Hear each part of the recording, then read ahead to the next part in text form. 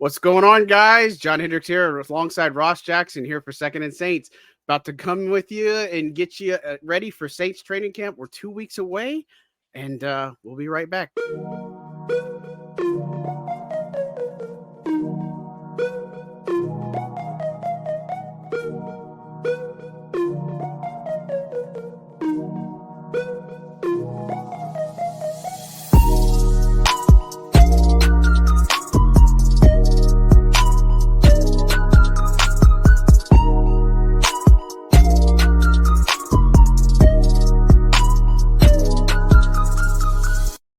Oh man.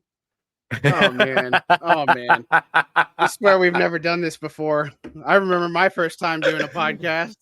I was literally like in the middle of yawning. I didn't realize we were doing cold opens, and it's like I had like yawned. I didn't make that easy for you. Yeah, I didn't. It's okay.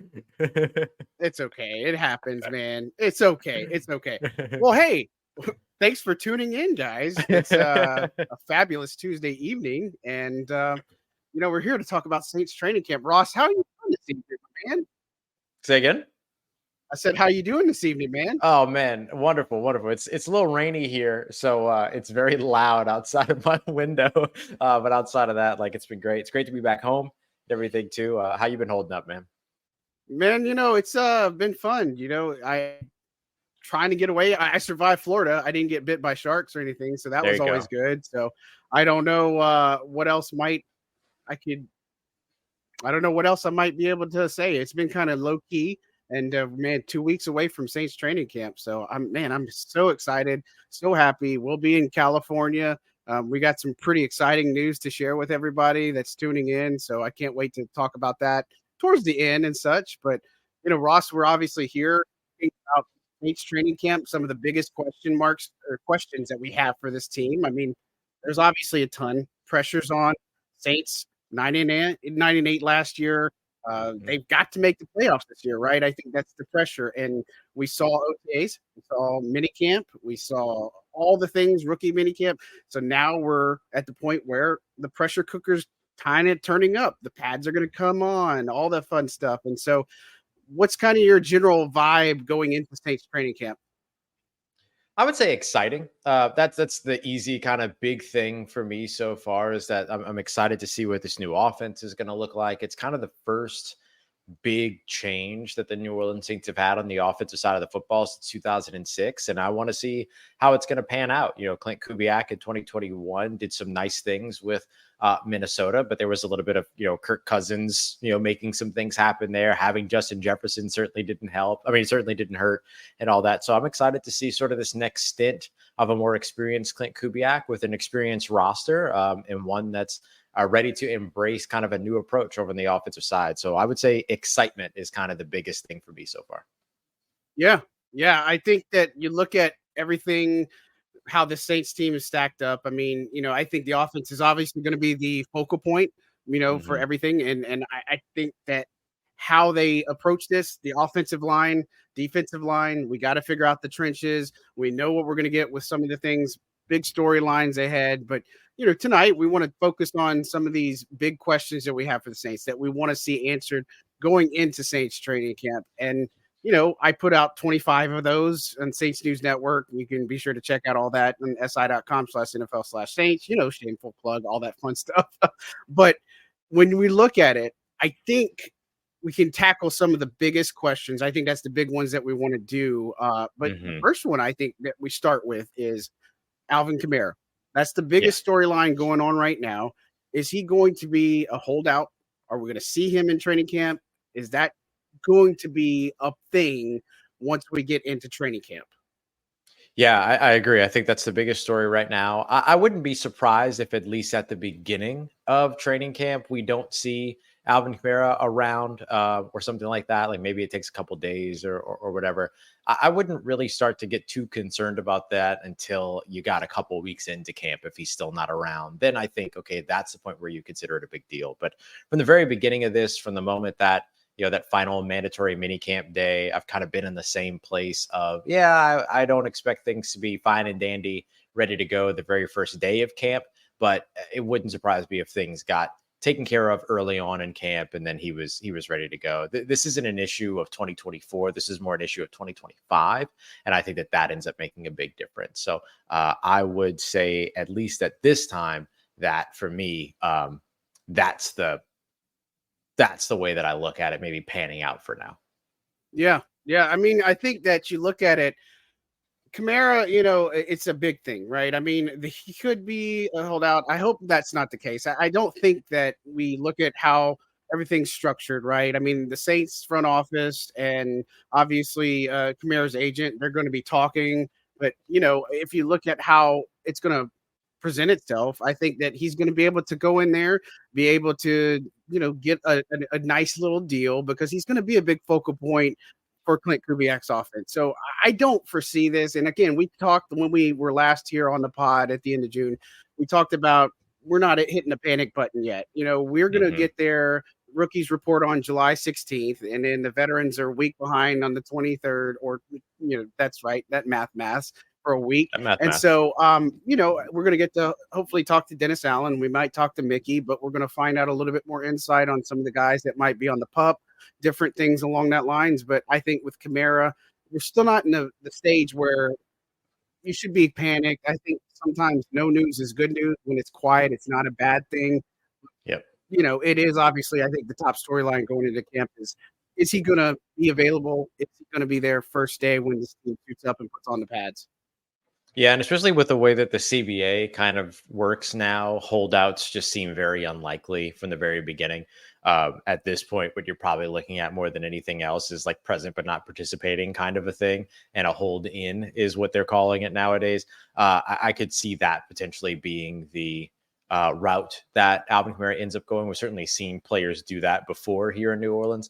And so I wouldn't be surprised if maybe that's the route that it all goes. That way you don't pick up all those fines and stack up all of that money that you end up having to pay and everything like that. It's just a better situation altogether to kind of go the hold-in route than the holdout route. So I wouldn't be surprised if we don't see a holdout, but at the same time, I wouldn't be surprised if we don't see everything all fine and dandy, peachy keen right off the bat when it comes to the beginning of camp. Yeah, for sure, man. I got to tell on myself here, guys. We don't have we're not crazy, but I was hearing an echo. I was hearing a delay, and I forgot I had the YouTube stream going on there, so I kept hearing echoes and stuff. So that's funny. Why. And that's why the delay was there too.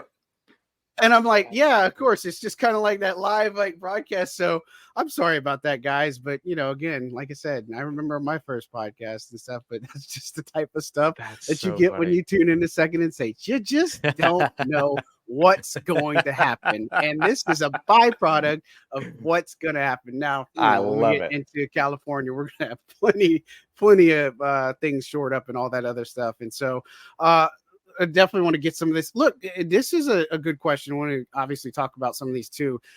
Any updates on the Superdome? Didn't you go to the see some of the stuff, the renovations or things that they're doing? I could be wrong, but I think you saw that. Yeah, I went out to some of that. That was a little while ago, but I mean, I think that it sounds like they're on track for everything that they've been expecting to kind of get done. I know that there was kind of this whole, hey, they ain't paid their bills.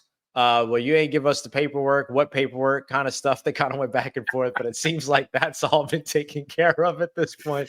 So I wouldn't be worried too much about it at this point. It seems like everything's still right. It seems like everything's still back on track. I thought that some of the stuff that we did get the opportunity to see was pretty cool. Like the markets and everything like that. The food is a little bit of a better quality. Like they really upscaled the food. There's markets now to where you go and you grab a bunch of snacks and you put them on this almost like a scanner almost, and then it just automatically charges you. So it just expedites your process and stuff like that. So there's a lot of cool stuff, a lot more open area, easier to move around, a lot more walkable area too, which I know fans will be very excited about. But yeah, I think that's the majority of what we had gotten to see so far. So they had finished up one side, or they were in the process of finishing up one side. They were beginning over on the other side. So hopefully we'll see some more progress in all of that once you get back to the stadium this year. Yeah, and of course we know the clock's ticking because they have the preseason game. The finale is going to be against the Titans, and it's a 1 p.m. kickoff, so that'll be interesting. Kind of get our first taste of it, and then obviously the first week's home opener is going to be against the Panthers at home, and so they got to do some things, but I think they taken it every year where as soon as the Saints season is over, they start doing a lot of the renovation work here. And so I think it's definitely going to, it'll look fine, and it has to because the Super Bowl's coming to New Orleans this year. So they got to get this done. Yeah. It's going to get done, and it'll be fun. It'll be awesome. It's been kind of awesome to see the Superdome just kind of transform in the past like 10-ish years and stuff. And everybody knows what happened during Katrina and stuff. And just crazy to think where that thing came from and where it is to now is just, it's very something. It's something really good to appreciate for sure. So yeah. Good question, David. So look forward to seeing more. And obviously we'll be away, so we won't get to see too much of it, but I expect to get some picture updates from the team or from the construction work and all that other stuff that'll be coming, I'm sure, sooner rather than later. And there's also the open practice at the Superdome the week of that Titans game when they return. So there might be a little bit of an opportunity for some fans that attend that to get a little bit of an early look too. Yeah, we definitely didn't talk about training camp schedule. Obviously was out and stuff, and so I think by my count it's 23 practices, and then when they come home, they haven't said anything about fans in California. As far as I would tell you guys, I wouldn't count on it unless they open it up like at the last minute, but it does not sound like that at the moment. But when they do come back, they're opening up Tulane. Over there, they're going to make sure to have a practice at Ullman Stadium, and then they're going to have the open practice at the Superdome, which had a really good turnout. I remember the last time they did that. I don't remember. It was last year. Was it last year? Yeah, it was last year. That, or was it the year before?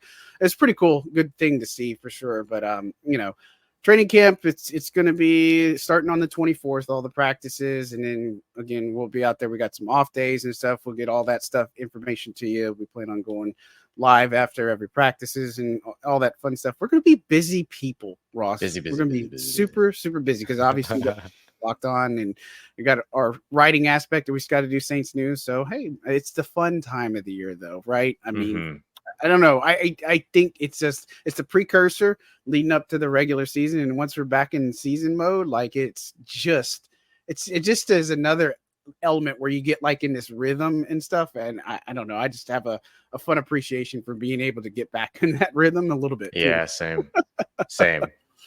Man. For sure. All right, so let's keep going with some of these training camp questions. So we talked about Alvin Kamara. We knew that that's going to be obviously one of the biggest storylines. I think when you look at, if you want to priority rank them, you could do that. But I think the biggest other questions is the offensive line, right? I think, what does that look like? How does that progress? And I'm kind of jumbling some of these together.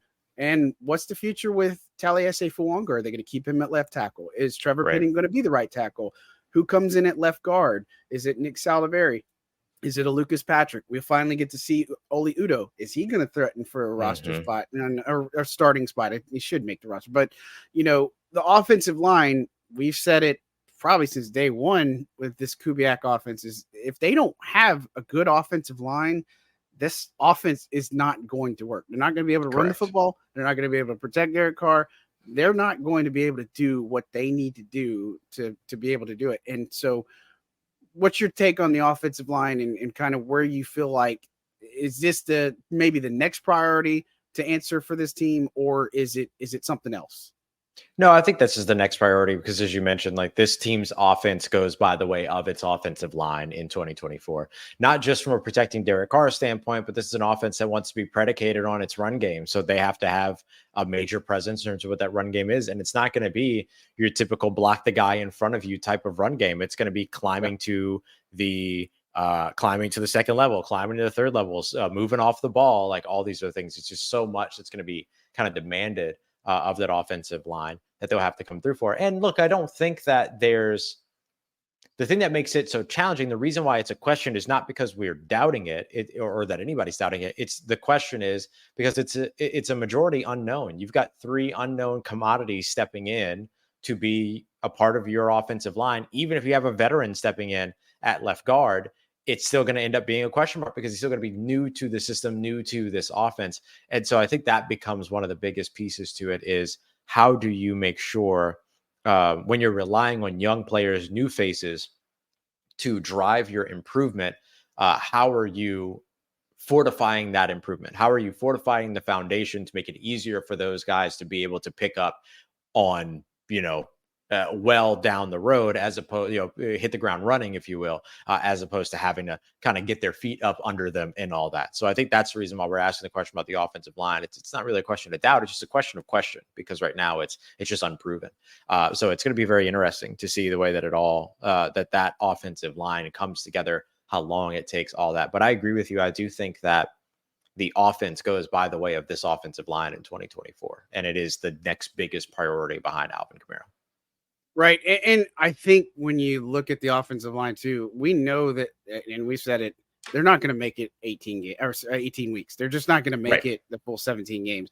So your reserves have to be just as good, be able to step in a pinch and do that. And so I think they've got some veterans that are familiar with the system that can obviously help with that. If it's not a Lucas Patrick starting, or if it's a Shane Lemieux or Udo that we talk about, or Landon Young, who always is a versatile type of guy. I mean, when we kind of toyed around with the early final roster, which again, go back and check that episode out, because that's probably going to be the roster. No, I'm just kidding. But it's one of those things when you look at it. Yeah, we got it. We got them. And so when you look at it, I mean, it has to work. And I don't expect it to come out of the gate looking great. You know what I mean? I expect them to stumble a little bit. But man, this is the ultimate, like, I don't want to say risk reward, but if this hits, like if Fuanga is your either tackle, if he's your left tackle, if Penning is your right tackle and can play well, and let's just say Saldivari is your left guard, that's 3 players that have 3 years or less of experience. I'm not saying it's the Lions offensive line, but that's a really good building block when you add in Eric McCoy and Cesar Ruiz.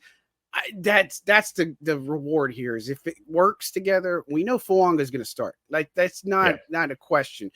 So really we have 2 spots. It's just a question, is Fuanga going to keep playing at left tackle, or is he going to move to right tackle? Do you have a preference? Because Fuanga, that's a rookie protecting the blind side for Derek Carr, or do you think he's more suited to go back to right tackle? Because team believes, they said they know he can play right tackle, so they're trying to get him some work at left tackle. Yeah, I don't have a preference right now. I would have to see it during training camp, a few of those padded practices, things like that. I think we'll start to answer a little bit more of those questions, because I think in either way, you're assuming a risk. You're assuming the risk of Trevor Penning not developing at left tackle. You're assuming the risk of a rookie holding down left tackle. In Fuanga's case, it's tricky. It's really, really tricky. So I think you have to get as much information as possible before hitting preference or hitting a stride in terms of which one of those guys might end up stepping into that way. So I would say right now, John, I don't have a preference, but I'm sure I'll develop that preference over the course of seeing them in training camp. Are you kind of in the same boat there, or do you see it differently? Yeah, I think, and as part of the other question, since we're talking about the offensive line, we should get an update, hopefully, on Ryan Ramczyk. I expect him to be on at least PUP. Like, that's going to be probably a given that he's going to be on the PUP list. Him and Tano are probably going to be on that physically unable to perform list. But I would like to know, I guess, the definitive, because I don't expect us to see Ryan Ramczyk at all. If he shows up by some chance, then I'd be really surprised. But, again, he's not in the picture. And so right tackle, that right side, I think, you look at some of the tendencies they are trying in practice. I don't want to say they were favoring that right side a little bit more, but you saw a lot of plays that were designed to go to that side. And I'm not saying that's what their tendency is going to be, but, I like the concept of Fuanga. And I think maybe they're thinking that, okay, look at his lack of pressures that he allowed in college. Hopefully that can translate to the next level. And, you're up against a really good rusher off the edge if you're protecting that blind side. I think with Penning, one of the things that he's always talked about is his feet and, his footwork and his hand placement and stuff. And so I'm not saying right tackle is easier to play, because there's no position that's like easy to play in the NFL, but Penning probably could look at right tackle and be fine, be okay. I just, you're going to have some growing pains with Fuanga no matter what, right? I don't know that it's going to be left or right. I don't necessarily have a preference. I think they drafted him with the vision of being their right tackle, and I think he could be the right tackle and probably should be the right tackle. But do you kind of sacrifice all this progress or things that you've done with Trevor Penning and just move him back over to the left side and see if he gets it or he doesn't, Yeah, absolutely. It's a tough one to figure out, because you're either sacrificing that or not a tough one to figure out, right? It'll be easy to figure out when you have all the information, but it's a tough one to balance in terms of the information gathering, because you're either sacrificing all of the progress that you have made with pinning, or you're sacrificing the potential and the readiness of Taliesin Fuanga by moving him over to the opposite side. So I think that the big key here is John Benton is the offensive line coach. Yeah. Does having the new offensive line coach and the new offensive system means that does that mean that the progress that was made with Trevor Penning is now more easily sacrificed because you're teaching everybody something new, and there's a new teacher in the building who has a very different style and very different approach that Doug Marrone had? Does that end up making it a little bit easier a pill to swallow to say, you know what, we'll sacrifice the progress so far, because the progress that he had so far doesn't really apply to what's happening entirely now. Like, some of it is, you can sacrifice it and still be able to pick it up. And then that would then make the readiness of Taliesin Fuanga a little more sacrificeable also, because again, you're teaching him something brand new one way or another, whether he's staying at right tackle or he's moving over to left tackle. So I think that's something that maybe teeters a little bit based upon what John Benton brings to the table, what the new offensive system brings to the table. And real quick, just because I don't want to move on without mentioning it, speaking of left guards, I want to give a quick shout out to former left guard James Hurst, who's now a part of the WDSU sports team, which is awesome. Really cool, because we all knew that he had a future in media. He's like one of the smartest dudes and everything. And so it's just cool. It's awesome to see it happen for him immediately. And congrats to James. That's awesome. Yeah, no doubt. I remember when he retired, it was tough, but it was coming, and he's one of the best guys in the locker room, always made himself available, always talked to us no matter what. And, he had a good pulse on things. And man, I know he loved his time in New Orleans. I know he loved it in Baltimore too, but he talks about his journey, how he got to the Saints and everything. And the Saints really believed in him for a lot of things. And congrats to James. I think he's absolutely going to do well with WDSU and that team. So it's tall order to fill shoes like of Lance Moore, but I think he'll be just fine. So Lance, another good guy too. You better come with the suits the way that Lance did, though. I gotta say that. Yeah, man. Lance had them fire clean, James. Yeah. I think he'll be just fine. But and I think the offensive line, that's one thing. And again, I just think with Trevor Penning, because we've talked about him, is he's got a clean slate, but I'm also curious to see how long does that last, right? Because if he looks sluggish to start, if it's not coming together, are they going to be patient here? Or are they going to do like what they did last year and just be like, all right, well, you had your shot. We just don't feel like you're coming along, you're doing this. And then it's like, okay, now you're bust, right? And hopefully it doesn't come to that. But I do know the coaching that he's done, or that John Benton's done there, and the stuff that he did at the offensive line camp in the offseason and stuff, and in some of his offseason training, like, he's about as prepared as you think he should be probably at this point. And so I'd like to give him the benefit of the doubt, but look, we've talked about this team. Show me, right? Show me. I don't want to hear about the talk. It's great. It's nice. It's fun, but show me that you are a different team. And I think that's a big thing for the Saints offensive line. Let me get this one, since we were talking about the offensive line. We could probably talk about the offensive line for the whole rest of the show. That's a good one. If Fuanga, Saldiveri, McCoy, Ruiz, Penning are not the starting offensive line, front office and company have failed 3 number ones, the second round, high fourth he traded up for. I mean, that's valid for sure. This is the question. Can you compare Penning, Saldiveri, McCoy, Ruiz, Fuanga on paper to Pete, Hurst, McCoy, Ruiz, and Young at the end of 2023? It's a good question, because they played pretty good down the stretch.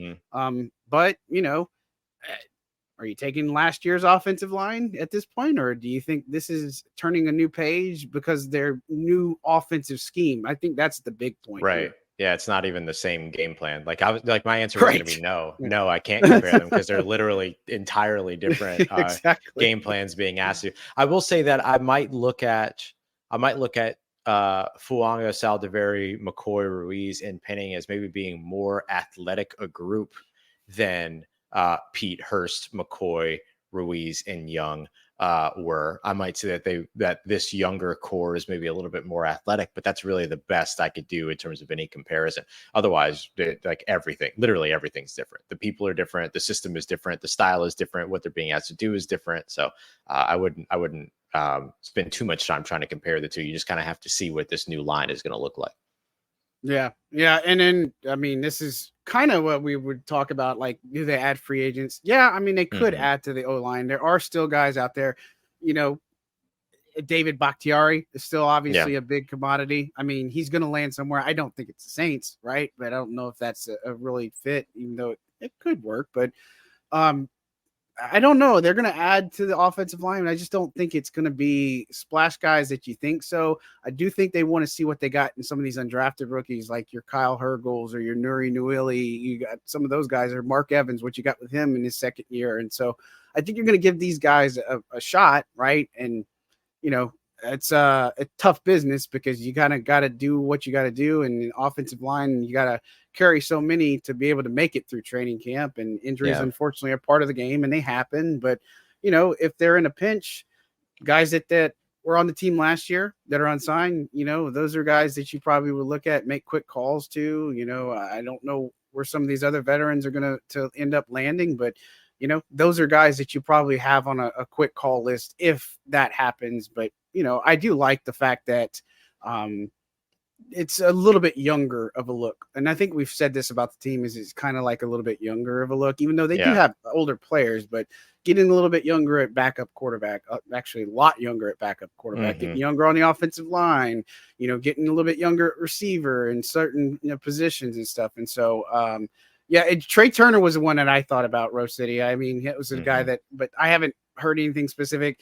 It's a lot of these guys aren't going to sign until the next, couple of weeks. Some people up until training camp. And so, look, I think he's somebody to keep an eye out on, just because his whole Saints tenure lasted less than a week. Right. A couple days. Yeah, it stunk, man. But there's also some reunions. Guys like Max Garcia are still out there. Deron Cage still out there, all that. To your point about getting younger, I think it's really interesting to me is that the Saints got younger in terms of their starting offensive line, but then got more experience when it comes to their depth, which I think was a wise move. And I think that's something that's worth highlighting too, to where if, like we mentioned before, you're not going to get all 17 games out of your 5 offensive linemen. You're going to need to replace 1 or 2 for some number of games.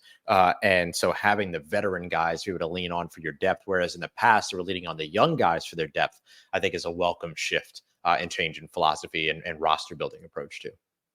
Yeah, for sure. And, again, this offensive line, it's going to go under the microscope. And again, I don't know if we look at training camp and the practices that obviously, we're going to see good things, but, if Granderson keeps winning his one-on-ones, or if, Chase Young, when he's out there and if he's starting to win those one-on-ones against Penning, people are going to make it the conclusions. They're going to just jump to the conclusions. Right. And I don't know. How much stock do you put in that? That's another thing. Is like, if Granderson continues to whip up on like Fuanga, do you put a lot of stock in that? Or if it's a Chase Young on the opposite side, it's working Trevor Penning, how much stock of that do you put into practices? And we talked about this, where the practices were more valuable in your opinion versus the actual preseason games. I remember, go back on past episodes because we did talk about that, but what's your take? Yeah, I think I want to see it go back and forth. I think the issue becomes if it's too much of one over the other. I think ideally what you're seeing is the offensive line win some of those padded practices and the defensive line win some of those padded practices. What I probably wouldn't overdo is if in the, shirts and shells days and things like that the defensive line is whooping up on the offensive line. I couldn't care less. Like in those situations, for me, then it becomes about, was the offensive lineman where they were supposed to be? Did they execute well? Did they hit where they were supposed? Did they hit their landmark? All this other stuff. That's really more of what I'd be looking for at that. But when it comes to those padded practices, whatever number of those that there are, I can't remember the count off the top of my head. But whatever number of those are, if those split evenly, then that's where I think you're in your best situation, because it means that your offensive line and your defensive line consistently challenge one another as opposed to one dominating the other. And that's really what you want to see. And then holding up well in those joint practices against San Francisco. Yeah. And I mean, again, it's they record every practice. They're going to watch the film on it. The players have to watch the film on it. They're going to find out for sure. And so, we're going to get tons of information. And it's funny. Jerry asked the question, do you think the Saints and Who Dat Nation should ignore the media every day talking down on us? I don't know if you're saying local media, but I do know, and it kind of coincides with this about where the Saints are viewed this year. And I think there's some validity to it, but I think people are being a little bit too harsh on the team in some aspects. I still think this can be a competitive team. I don't see them turning in like a 4 to 6 win season. I mean, if they do, then everybody's got to probably be fired. But, they don't care about what national media says, right? Yeah. Like Dennis Allen's already said this. He doesn't care what anybody says. I think a lot of players, they may listen to it, but they don't care. Like, I mean, the people in the building, they're focused about, that's all that they care about. So, right. I mean, I mentioned the Locked On Saints the other day that like sometimes when it comes to the national media, it's consistency of the narrative more than it is actual analysis and evaluation. Totally. And so when you have a popular media person who comes out and says, I don't like the way that the New Orleans Saints handle their salary cap, they can't, because of the consistency of the narrative, they can't then turn around and say, I think that the Saints are going to be a winning team in 2024. So you make the one early opinion, and then based on the one early opinion, you're stuck having to kind of follow this through line the whole way through. And that to me is something that I think we see a lot within national media coverage. Whereas when you get more nuanced looks and things like that, hey, here's why the Saints are doing what they're doing. Here's how it works. Here's what they think they're trying to achieve. Here's what they're thinking when they're making these decisions, all that. It allows you a little bit more of the flexibility of being able to say, I'm not necessarily sure that this is the greatest approach, but here's why they do it. And here's what they hope that turns into, which is, I think, a little bit more something that is more better befits educating a fan base. Whereas like in the national media sort of situation, you end up running into those situations where it's like, well, we've already developed this opinion about this thing, so I can't possibly be on the other side 4 months later on this other side of it. And I think that becomes a bit of a challenge. It's one of the reasons why I have no interest in working nationally at all. Zero interest. I mean, working nationally. And you guys can tell when you look at somebody that like walks down a depth chart or preview and they don't even know the right people, right? Like they just don't know. And it's not a shot at those guys, but I mean, when you're national, you're covering 32 teams. And so even the guys that cover the NFC South, like some of them do a good job for sure, but you're pretty much tied to one team, right? I mean, you're kind of checking on the other guys, and it's a thing. It's a thing that people talk about, and I know that everybody under the sun, when it comes to the Saints, the salary cap thing is one thing. Now with this NFL and the streaming video rights and all this other stuff, like the Sunday ticket stuff, that could throw a monkey wrench in some things, but still the Saints continually have found a way. And we've talked about the salary cap strategy. If it works, nobody cares. It's when it doesn't work and all this other stuff is happening that now people have an opinion and now they feel justified because the approach doesn't work. But I can tell you the way that guys like Mickey think, or if I can get somebody locked up now for this dollar amount, that dollar amount down the road for a few years is going to be 3 or 4 times the amount of what you're looking at. So it's just, it's also some economics, it's some mathematics or luminomics, whatever you want to call us. I call it lumisnomics or luminomics. That's the easiest one. But and then Kai Harley just working his magic with the numbers and stuff. And so I mean, it riles up everybody, and it's just fascinating to see sites, and I'm not going to name them, but sites that continue to put out like the Marshawn Lattimore trade stuff. Like, come on, stop! Like, like we're past that. We're moving on. Like, but it still comes up, and it's still a thing, and fans are eating it up. Like it's taken as reality, and that's the thing I have a problem with. And so, But anyways, off the soapbox for sure. And we'll talk more about training camp for sure. Anything you want to do, any direction you want to go? Because I got one in the chat that I would probably say we could segue to. Talking about, we talk about rookies. So obviously they're, we're 2 weeks away, and rookies report in a week. Any particular, like who's on our rookie radar list, whether it's drafted, undrafted? I think Fuanga is probably an obvious choice. Right. Spencer Rattler's probably the second choice, and maybe. But I don't know if I'd stay stack rank them, but let's run down some of the rookies who you want to see the most of, and what's kind of their outlook, I guess I would say. Bub means. Bub means. Bub means. Yeah. Bub means the big one for me, man. Like I think the team should have made a bigger deal out of that draft pick. The way that analysts, the way that scouts, the way that his collegiate teammates, the way that his collegiate coaches, the way that the people around him, the way that the fans, like the way that people talk about Bub Means is not consistent with the way that the New Orleans Saints have talked about Bub Means. And I think that's really interesting. They've kind of talked about him as like being very concerned with like pumping the brakes. Hey, look, he's a young guy. And I get all that. That is the sensible thing to do. I understand it. I'm not actually even really criticizing it, but I do think that Bub Means coming in could be a bigger deal than just, he's a young rookie that's got to get things figured out. And that might translate in 2024. That might not translate until 2025, whatever it might be.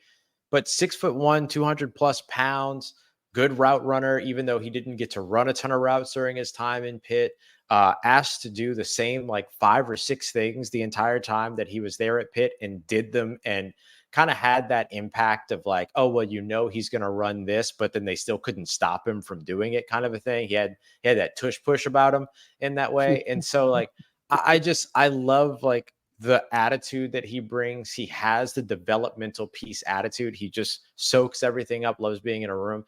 He just feels like a dude that like, I would put the camera in his face a little bit more. I would be making a bigger deal about what he has the potential to be if I were the New Orleans Saints. So I'm really excited to see him come training camp and the way that he ends up fitting in. Yeah, I'm with you. And Pitt didn't have a good year, right? They were 3-9. So when you don't have a good year, it's kind of hard to put your best stuff out there too, when it comes to collegiate tape and stuff like that. But again, he has the opportunity to make this roster. I think he should, because I don't think you're going to pass him through waivers or anything. But it's the question we talked about: do they keep 5? Do they keep 6?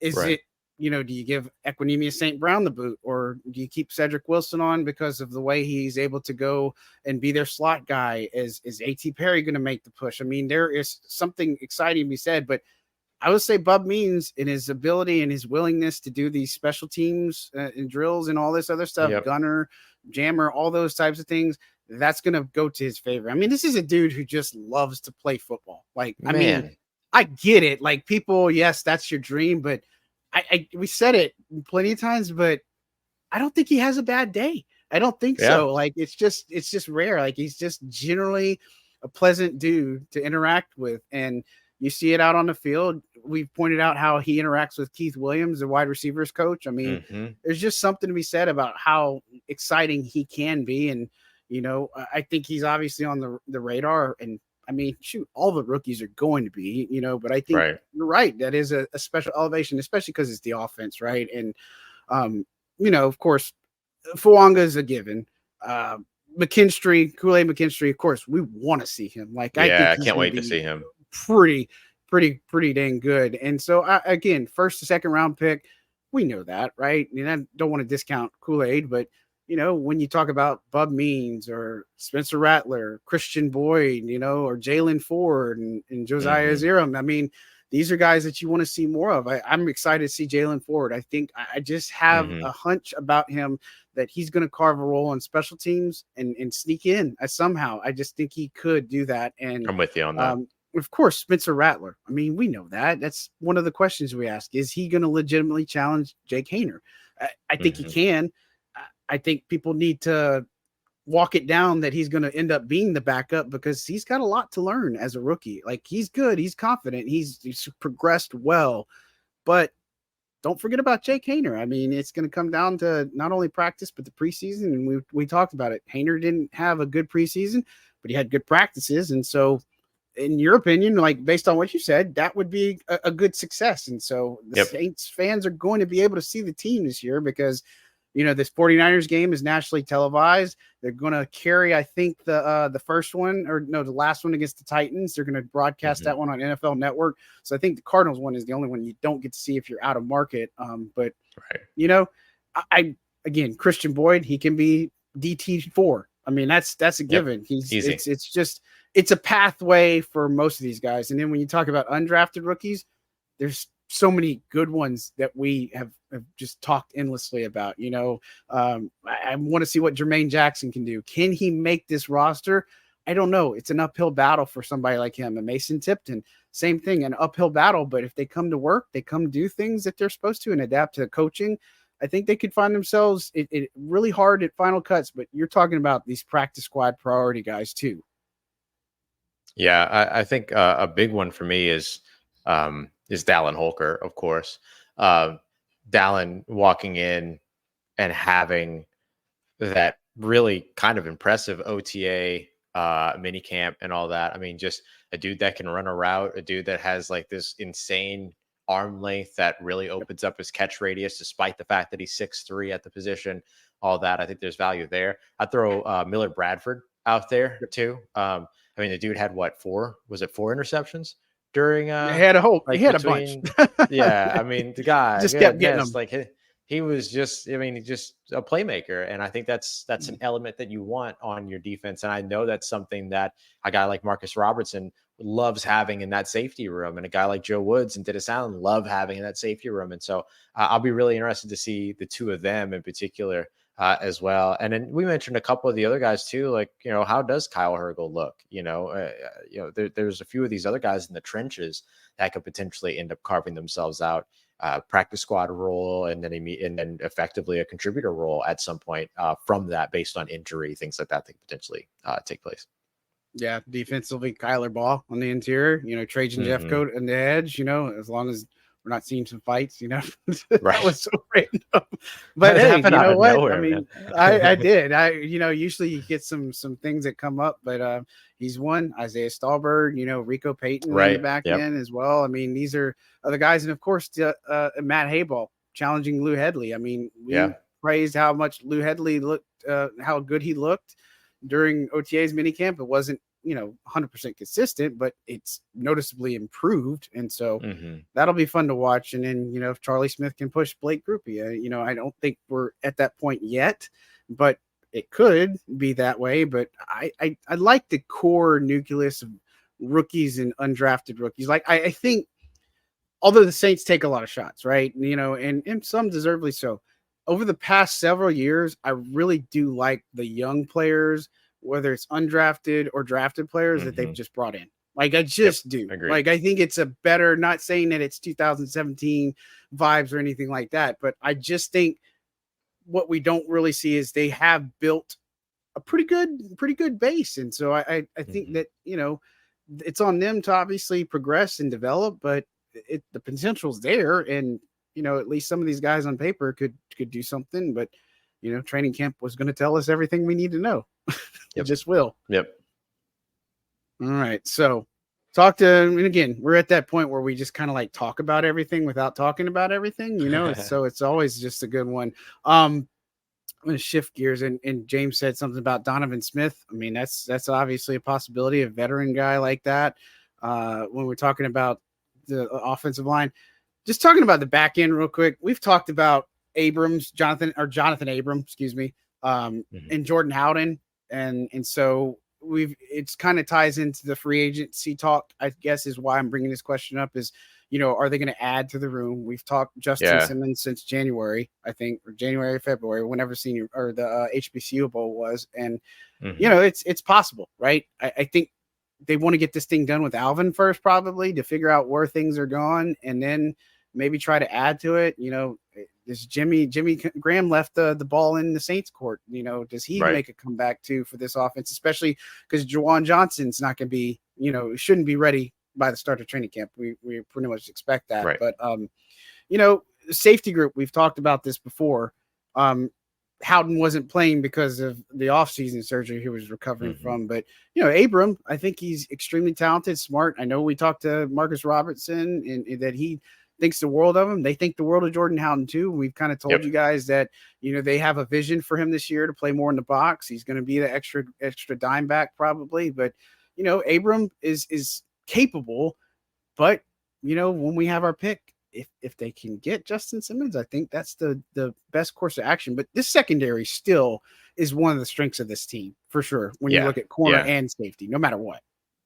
Yeah, without a doubt, it's the strongest in the division too, if you ask me. When it comes to that, when it comes to the secondary, and so I think that looking at where a guy like Abram really sets himself apart, it's the way that he worked with Tyrann Mathieu. I mean, he like some of it isn't necessarily like it's not always just about like this player versus this player. It's this player next to this player or this player next to this player, and how those things can be different, in certain situations. And so I think that with the way that Jordan Howden and Tyrann Mathieu played so well next to one another at the end of the season last year, the Saints aren't going to forget that. And so I absolutely see Abram being the guy whose job it is to lose next to Tyrann Mathieu, and then continuing to see Jordan Howden play that dime back role and get more of that experience in the box, as you mentioned, and then eventually step into a future safety role on this team, whether it's that strong safety playing down at the box or the free safety playing in the post. I think in any of those situations, or in either of those situations, he'll be more ready with another year of moving about, kind of being where he's needed in 2024. So I would expect it to be the case, but I'm not going to be surprised if Jordan Howden at least makes the conversation interesting. I'll say that much, because there were moments where he made him and Marcus May conversation interesting in his rookie year last year, when they basically just said, dude, go out there and play and everything. Right. And so, I think like that, I give him the benefit of the doubt there for sure. Yeah, and I think the big thing to think about with Abram and Mathieu, they have some excellent communication, and obviously that matters when you're playing the safety position. It's right. Football 101. Of course, you want to communicate, but having that, being on the same page when you're having so many different offensive looks thrown at you and being able to make plays, I mean, that just doesn't happen by mistake. I mean, you study film, you pump, and Abram. Right. Put in a lot of film last year, right? He was working on the tablet, and they said that he was putting in the most. And so, again, I don't think it's by a chance that he did what he did out on the field. And so, it's the safety group is obviously one that we want to watch. We want to see how Alontae Taylor comes along in the slot. His second year, we talked about Joe Woods and kind of his assessment, saying he didn't really do him any favors last year in coaching, which I thought was nice, right. But Alontae still was top 10 in the league in passes defended, right? He's tied for 9th with Isaac Yiadom. And so, I mean, he learned his lesson. One of the best press corners last year too. Yeah, exactly. So, I mean, there's definitely some things to take away. And Alontae is going to probably see a lot of time on the field, but Kool-Aid McKinstry is going to get in there, and maybe he dips into that as well. But that's secondary, man. That's the strength. And that's one area that they couldn't deserve to fall off. Getting Marshawn back was so big for this team. I'm excited to see him, super excited to see him in training camp. And he's him and Adebo, man. Adebo's in that contract year. And that was another question I asked, is if we see him get an extension before week 1, and the Saints have done those types of things before. I don't want to let him, hit the market personally, because I think Adebo is low key. He's slept on. People don't talk much about him, and Marshawn wants to get back to elite form, but Paulson Adebo, man, he plays lights out. And the Saints had a bunch of turnovers. They had a lot of success, and a lot of it had to do with number 29 for sure. Mm-hmm. Big time for sure. I think it'll be interesting too to see if maybe they end up giving him one of those in-season extensions. They did that with Granderson last year. It was the Green Bay game. He got his extension.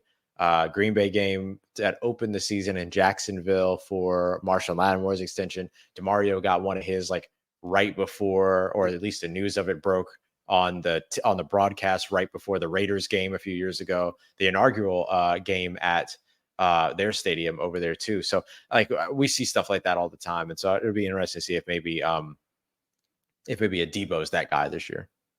Yeah. I think he can. And I think he's more than capable. He knows what's at stake, and the Saints need him to play up a level. And, I don't think there's anything to suggest that he would fall off. Right. And injuries is the only thing that could hurt most of these players. Right. Yeah. And so true for everybody. Right. Yeah. It's just, it is. And so, another question I had is, how do we keep seeing this Clint Kubiak offense evolve? Because, man, we have seen so much. Day one, we were impressed, right? Day one, we're just kind of like, huh? Because it was just refreshing to see certain things and elements that just weren't a part of the old offenses. And so I mean, hit me with it, Ross. What more are we going to maybe expect from this Clint Kubiak offense? Yeah, one of the things I'm most interested to see is do we still see motion almost every single play? I mean, Yeah. goodness, like there was so much of that going on. And like there's certain things that we know, like the guys over at Underdog Fantasy did some really fantastic research where they talked about how motion increases a wide receiver's per route run production by about 10%. Play action increases their per route run production by about 20% and things like that. And those are all elements that we saw a lot of all throughout mini camps, OTAs, all that. We saw different variations of play action, whether they be basic play action, boots, rollouts, waggles, things like that. We saw a lot of different motion that was at the snap, i.e., the player was still in motion when the ball was snapped. We saw variations of the motion where they got settled before the ball was snapped. Both of those things have different impacts on defenses, all that, to give you different pieces of information as an offense. I mean, there's so much to all of that comes through, but then there's still other things that we don't know yet. What's going to be the running back approach in terms of the committee approach? Is it a full committee?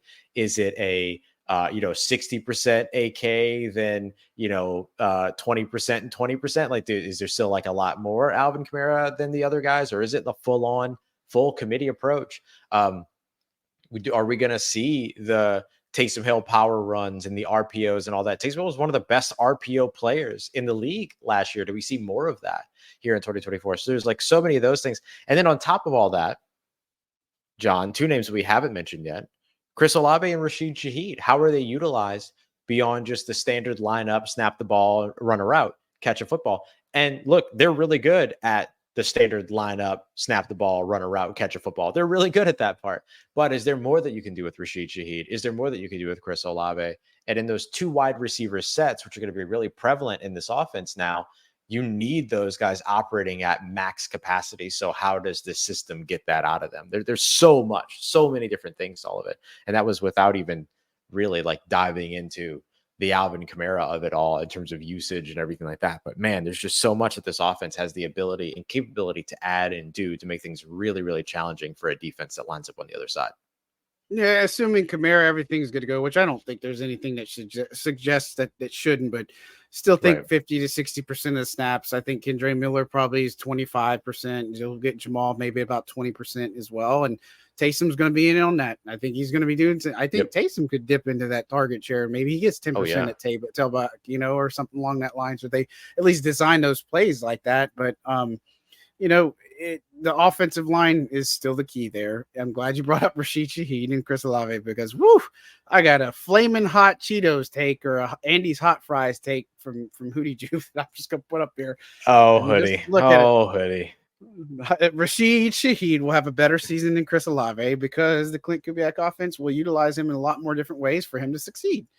I think the second part is absolutely true that they're going to find some creative looks to use. And I think this goes back to one of the things I said about Kubiak's offense when I was watching some of the Minnesota film is, the way they use Justin Jefferson and you put Shaheed in that backfield and suddenly he becomes a weapon. You're just like, I don't know where this guy's going. And he uses his speed. Like, I do think that he's in for a big year. And with the two receivers, those two, Olave and Shaheed, they're the biggest constant staples that are going to be on the Saints offense. We know that they're going to have successful seasons. It's just a question mark of who are the other guys that are going to do. Is it a Cedric Wilson from the slot? Is it going to be Bub Means? Is it going to be Equanimeous St. Brown? Is it going to be A.T. Perry? I mean, those are the things that we are going to want to see because obviously there's no Michael Thomas in this picture, but that's a heck of a take. Who did you? I mean, that's a heck of a one. If you feel that confident, I'd say go to Vegas and put one down on it. But that's a big one for sure. So yeah, for real. Man, no, but I love it. I mean, like there should be excitement around these guys. Like that's the thing that I'm garnering from all of this is that there's so much excitement around Chris Olave and Rashid Shaheed, and there absolutely should be. Like there's so much that these guys are going to be able to do. And then with an offense that's predicated on its run game, the better the run game is, the better their passing game gets. And especially in situations where your run game is operating well enough that you're winning on first and second downs and you're not having to throw on these 3rd and 10, 3rd and long situations. And there's so much more that you can create, that you can do creatively, that you can create and execute, that you can innovate with. There's just so much of that. Like the Saints I think Derek Carr was sacked the vast majority of his times that he was sacked last year, which wasn't as much as people will have you believe, by the way, Right. was on third down. I mean, third down was where he was sacked the absolute most, because they were in so many of those third and long situations because of the inefficiency of the run game. And so I think some of that is a lot of different factors in terms of why the run game didn't work. But if the run game works this year, then it puts you in better situations at third down, creates better situations for you to be able to continue to move the ball with that offense. Oh, please, make the run game work. Please. And you know, everybody, if you've been tuning in for more than 5 minutes, you know that I wanted to see this offense. That's really all I care about, right? And so that's my biggest thing. And somebody asked about target share. I think Olave is going to get well over 125. I think Rashid's probably close to that 100 target range. But yeah, it's close. You know, they've 90, preached 80. the information. They've preached, you know, that they want to be a run first team, right? And so I think Taysom's going to be a big part of that. Alvin's going to be a big part of that. But when you're running, when you're doing play action, when you're doing motion, it's going to open things up. So Derek Carr might not have the crazy stats that he did before, you know, or some of the things in some of those games. Like down the stretch, I know some of those games were like the Rams game was mainly garbage time, right? But those last 6-7 games, like he was pretty darn good if you look at his numbers. I mean, this is just it's hard to ignore that version of Derek Carr could be what the Saints get this year, but he doesn't have to be that guy if they can get the run game going too. Yeah. And then you look back at the Patriots game where, you know, they started using a lot of motion. They started using a lot of that. Then all of a sudden, like you saw what they were able to do with that too. And look, I know the Patriots were not a good football team. I get that, but we weren't sure if the Saints were at that point in the season either, at that point. And so they had to go out there and win that game. And then all of a sudden the motion showed up, then it went away again, but all of a sudden the motion showed up and then you were able to see all the value of it. So like, I think that we saw it late in the season. We saw it early in the season. We saw it at different points of the season, but I think it's the consistency, letting it be a part of your DNA, letting it be a part of your identity. And that benefits the playmakers on a more consistent basis because they're more consistently put in position to make plays and to succeed. Yep, consistency was the name of the game. That's it. Yeah. Is be consistent in how you use Taysom Hill, when you use him, and how you do it. Be consistent with your play calling. I mean, I know Kubiak is a guy that's confident. I know he's going to be able to run things the way that he should in this offense, and so you shouldn't see where Taysom doesn't get a touch until the second or third quarter, you know, or he's just not getting involved in the offense. And I'm working on a piece where I'm actually looking at his numbers and all of his production in games where it was 40% of snaps or more. It makes up like 85% of his numbers in like 7 or 8 games. It's ridiculous how much production. Some of it's 90% of stuff. And so, I mean, it's so wild because like so much of the excuses for it were like, oh, well, game situation dictated games. Like Taysom Hill should be a part of every one of your game situations. Like there's like every game situation is Taysom Hill situation. Like, what are we doing? You know what I mean? Like, get the ball in the hands of your best playmakers, get the ball in the hands of your best players. And above all else, above the motion, above the play action, above the 2 wide receivers sets, the zone run, the outside runs, also above all of that, just get your playmakers in position to make plays and put your players in position to do what it is that they do best. If this offense and this system can do that this year on a more consistent basis, that makes the world of difference from the very beginning. Yeah, for sure. Yeah. And I mean, it's simple. I mean, it sounds simple, but of course it takes a village, and you got to go in, and all the frameworks started. And now you get into training camp, which is going to be a lot more of the heavy lifting, and in preseason, you hopefully put it together. I don't expect to see a lot of them in the preseason, you know, just because, you know, certain things are happening. But I do think, you know, that's a good question. How much of this Kubiak offense, like, do you think we're going to get like kind of the baseline, or do you think that's still going to be kind of the staple where we see maybe what the Saints offense could look like with Rattler and Jake Haener running it? Man, based on what we saw from OTAs and minicamp, it feels like there's at least some level of presence for motion, play action, all of that in whatever their base approach to offense is. Like they have built it into the foundation of their offense. And so I think if you're really trying to get a look at Jake Haener and Spencer Rattler, then give them those. Give them those in live bullets, give them those in live action so that they get the opportunity to show what they're doing. Look, Derek Carr is the quarterback for now, but he's not going to be the quarterback of the future. And that's not about Derek Carr being good or bad. That's about Derek Carr's age, right? Like, you don't have a 10-year quarterback right now and everything like that. So get a look at these guys in the offense that you hope to be running for, or, is an offense similar to what you hope to be running for the next 5 to 10 years, and then give them the opportunities to run that. I think they have to be given at least some portion of that and everything, and give them the opportunity to be able to show that they can handle that they can orchestrate it, that they can run it, that they can excel in it, all those other things. Like, let them prove themselves in what the identity of your offense is. Yeah. I mean, it's just how it has to be. I mean, don't take it from us. Take it from us. This is how it should be, right? I mean, I don't think it's rocket surgery, right? I mean, it just rocket surgery. Yeah, rocket surgery. We're not saying rocket science. It's rocket surgery. You know what I'm saying? I've never heard rocket surgery before. You never heard that one before? Oh man, no, that's a good one. I love that. That's not a John-ism. Rocket surgery and brain science.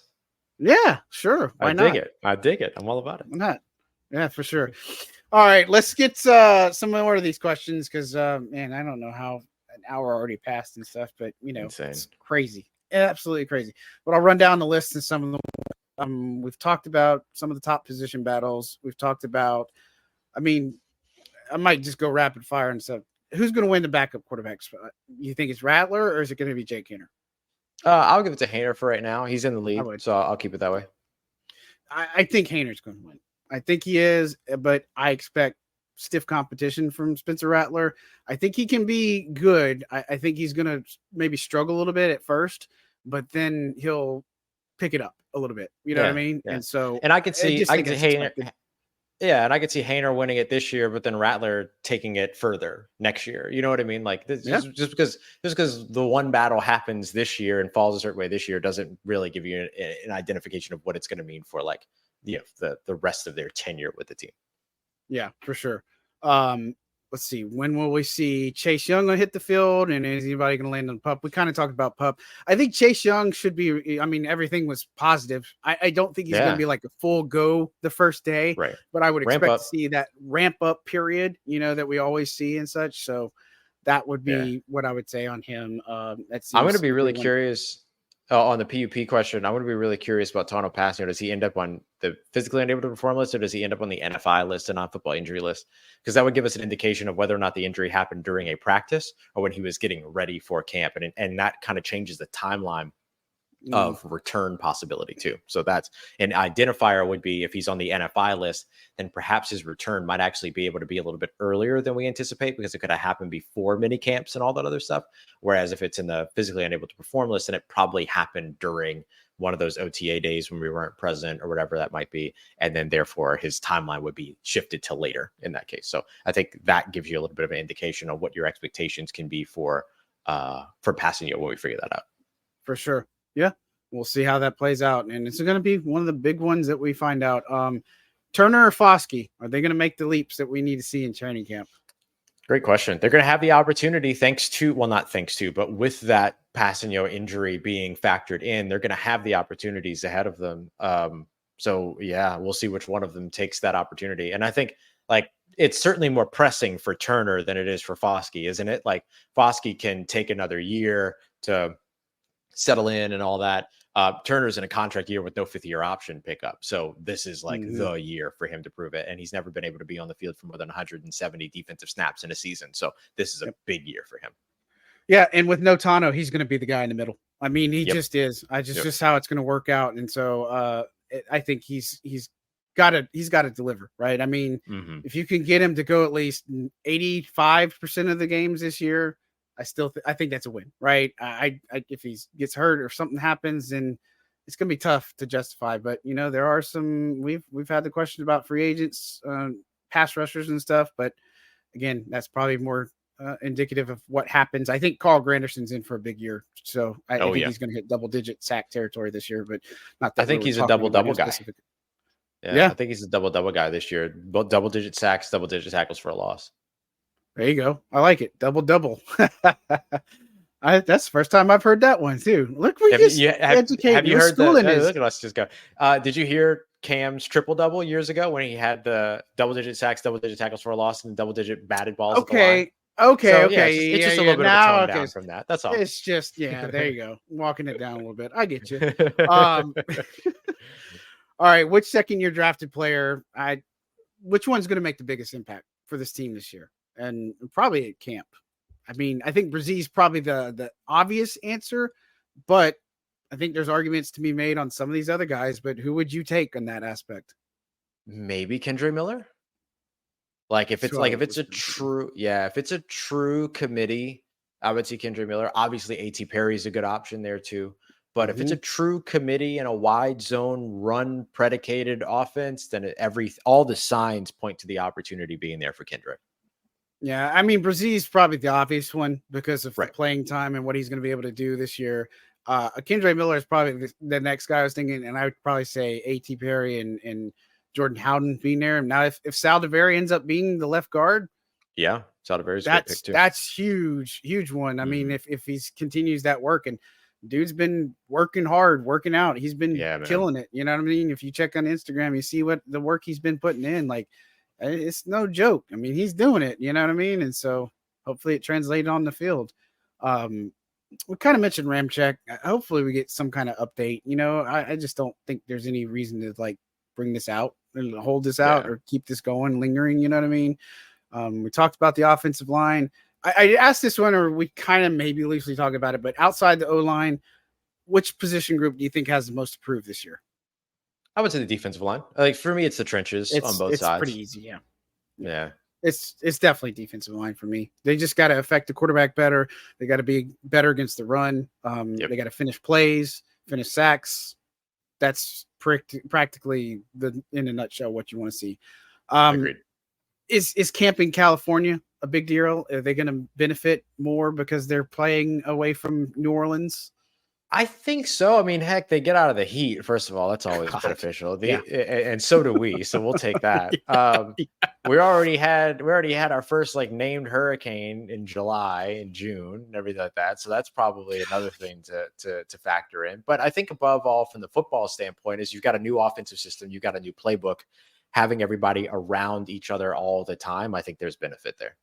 Yeah, and we've talked about that on past pods, just that, you know, you're going to have more of a camaraderie, a lot more to learn about. So I'm with you. I think it's going to be beneficial. I think it's going to be beneficial that their games are on the West Coast, that they, you know, you're going to have joint practices with the 49ers. I just think it is a win, and, you know, hopefully it doesn't necessarily become the norm, because that would go against kind of what they've said with the renovations. But, you know, we'll see. We'll take it a year at a time, but they haven't ruled out going back to California. So who knows? Only allowed to pick one here. I'm making that rule. Which free agent pickup is going to make the biggest impact this year? Or in camp, maybe. That might be where we're looking at. Oh, in camp? Okay. I'm going to say camp. I'd say camp because I've centered these questions around training camp. So that's where I would say. Yeah, that makes it a little bit easier then. I will go. I'm caught between two, but I'm going to go with Willie Gay. Okay. He's like, the Saints don't have that many interesting position battles this year. No. He could force one. You know what I mean? There's kind of like the specialist ones that we kind of have to wait and see how that actually goes. It's not that a position battle at specialist isn't interesting. It's just how interesting will that battle actually be is still a big question mark. And then there's not really like anybody jostling for a starting role anywhere at this moment outside of maybe that safety spot. But like we said, that seems pretty much sewn up for Jonathan Abram to hold on to with good performance. So I would say Willie Gay, because he's the one that can create the most noise potentially, maybe create a position battle that we're not looking at as of right now. He'll be on the field, which makes me not go to Chase Young because we expect the ramp up there. But I did have another guy. I'm curious about who you picked first. I think you're probably thinking. I was going to go with Willie Gay Jr. was one of my picks. I was going to say Will Harris. That's probably what I was thinking a little bit. Will Harris was one, and then he was one I was thinking about, but the other one would have been Cedric Wilson. Yep. Cedric Wilson would have been my guy because I think if he keeps up, he's going to be the slot guy for this team. And so I think he's somebody that's going to make a good, considerable impact. And people are gonna be like, "Oh, this guy can do a lot for this team," and so I think that's probably true. But I like the concept of Will Harris playing more and doing more, especially with guys like JT Gray. Like, I know he hasn't been available as much, but he's a core special teamer. Special teams matter a lot. He can play reserve role if you need to, so that's kind of why I think about him too. Yeah, I think Willie Gay, Cedric Wilson are also the two guys that we'll look at and go, wow, like those were really value free agent signings. Like those guys had a way bigger impact in their contract. And I think that makes a lot of sense. Yep. We've talked about drafted rookies. Bub Means was your guy for sure, making a big impact. Do you have a favorite undrafted rookie? I mean, I think it's Dallin Holker. Probably what we would say. Miller Bradford's on there too. Easier. Isaiah Stallbird's on there too. Like there's a few, but yeah, I think Holker's the big one. So let's take it a step further. Who's going to make a push for the final for a roster spot?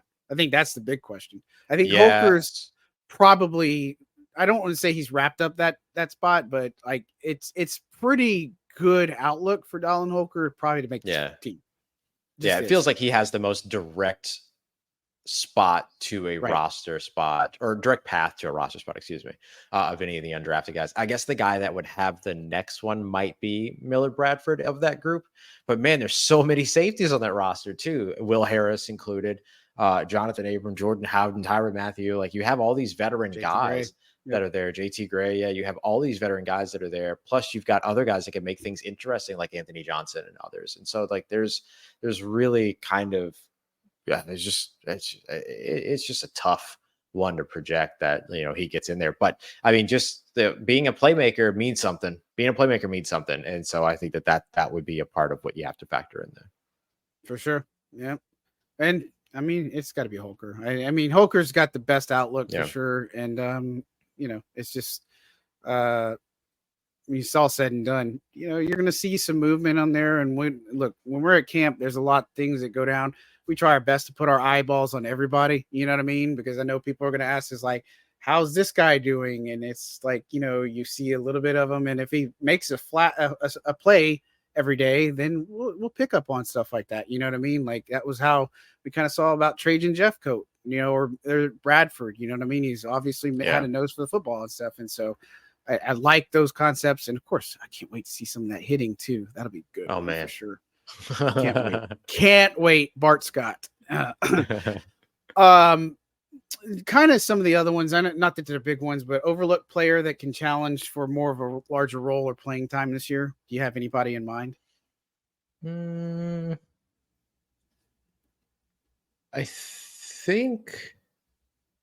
mean, a lot of those guys we've kind of already talked about. Yeah, I don't know. It's so tough.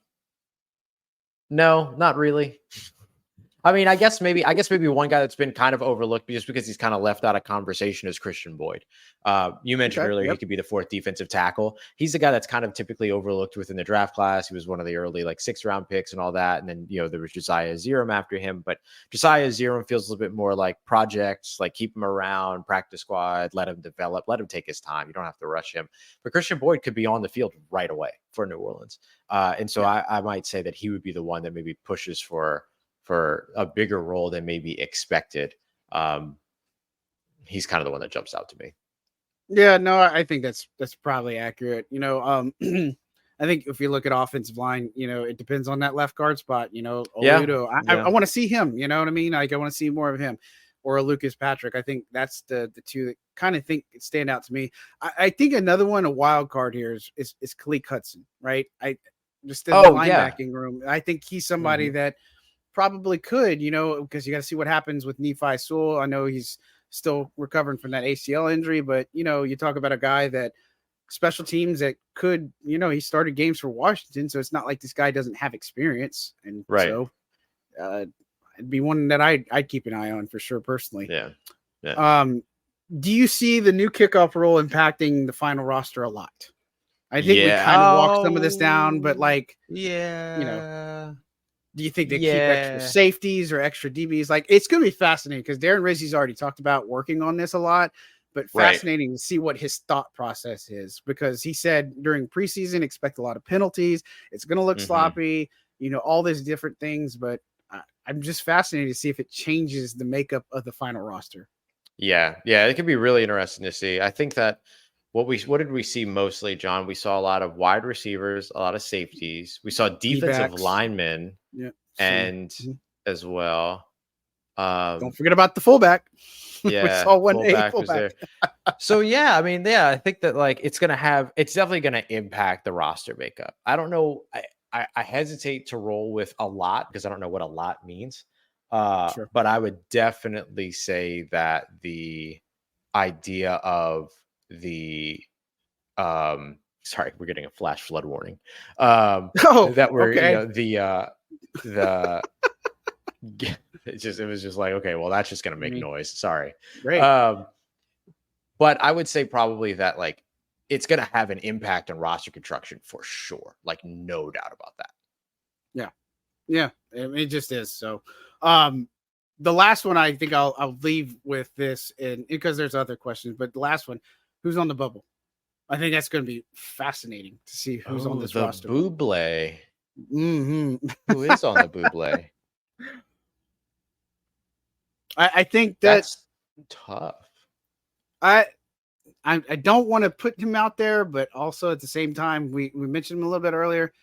JT Gray, if he can't stay available, that's one that comes to Yeah. mind. That wouldn't be necessarily surprising, but that's somebody that I would think of that comes to mind.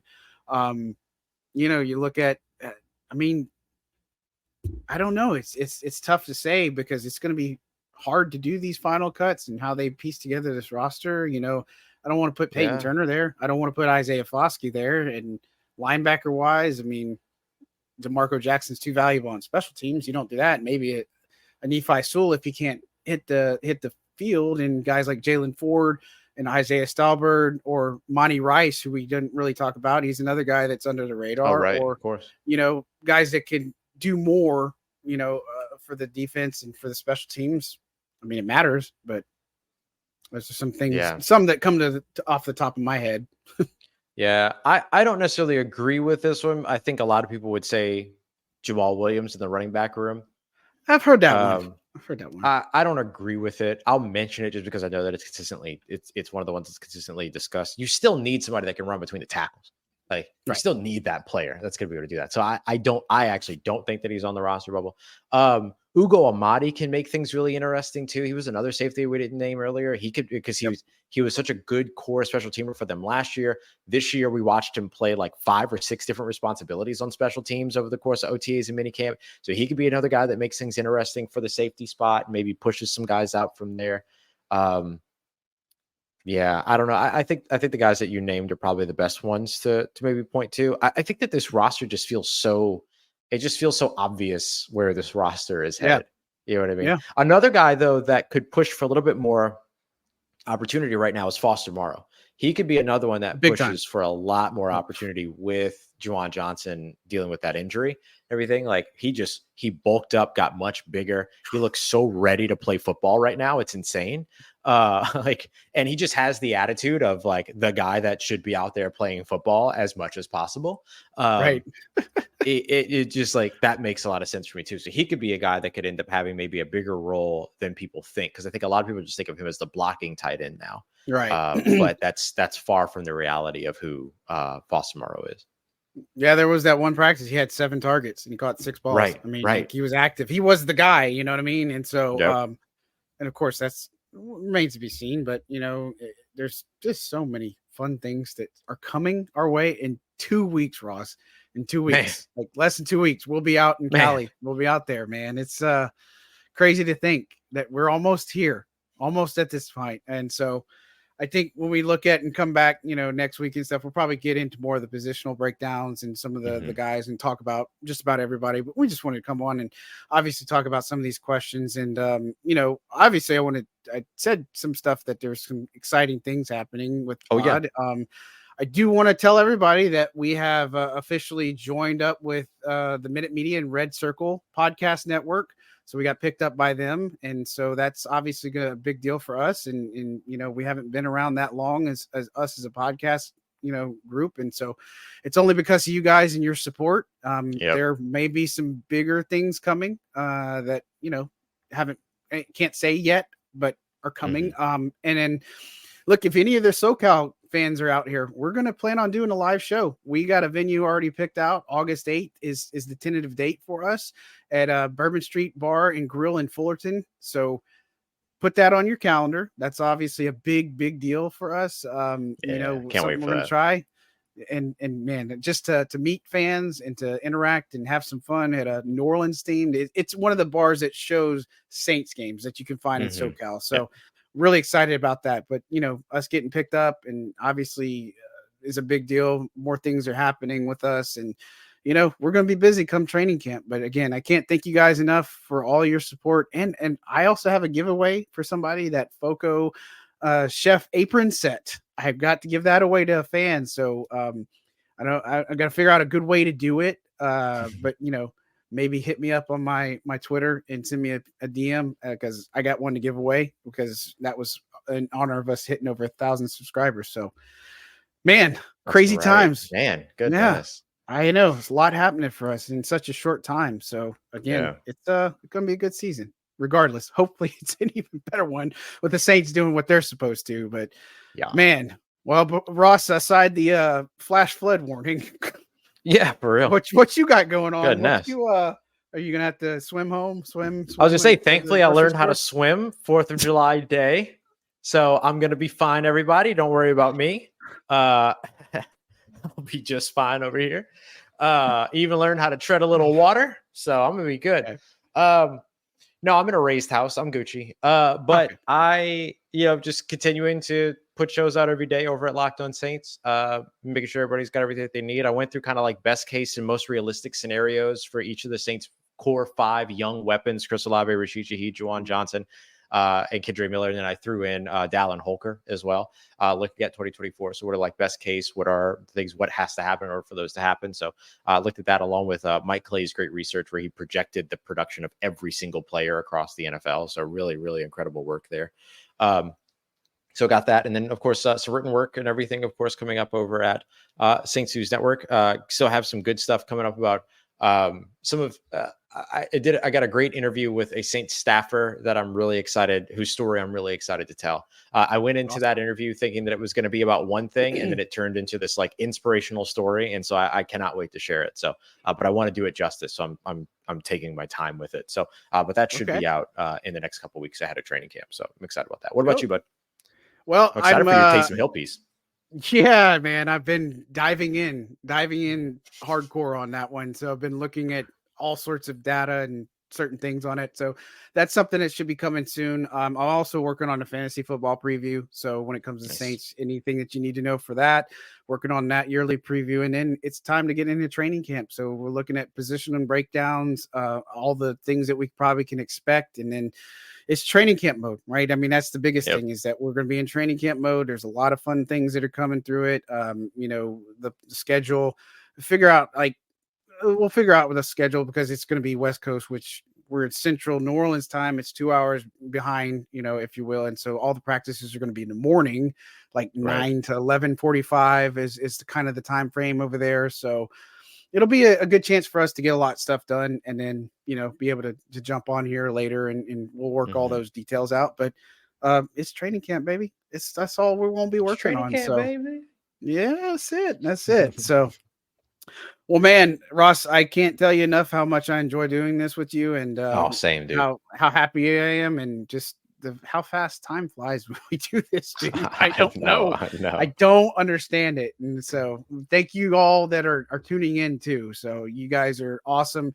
Don't forget to hit that like and subscribe button. Second and Saints, tons of things brewing here. We're really excited about the future of this pod, and it's only because of you guys. Who Dat Nation is fantastic, and we love you guys without getting all sappy and stuff. But it's because of you that we keep doing this, and we want a podcast show that's for you guys, and we've said that plenty of times. So that's gonna do it for us. Another episode in the books. On behalf of Ross Jackson, I am John Hendricks signing out for another episode of Second and Saints. Y'all be good people. Stay safe, please. And if anybody was out there with the hurricane barrel, all that other stuff, we hope you're doing extremely well. Our thoughts are with you. If you need something, hit us up, please. We can try to do what we can to help you guys. But glad to hear it.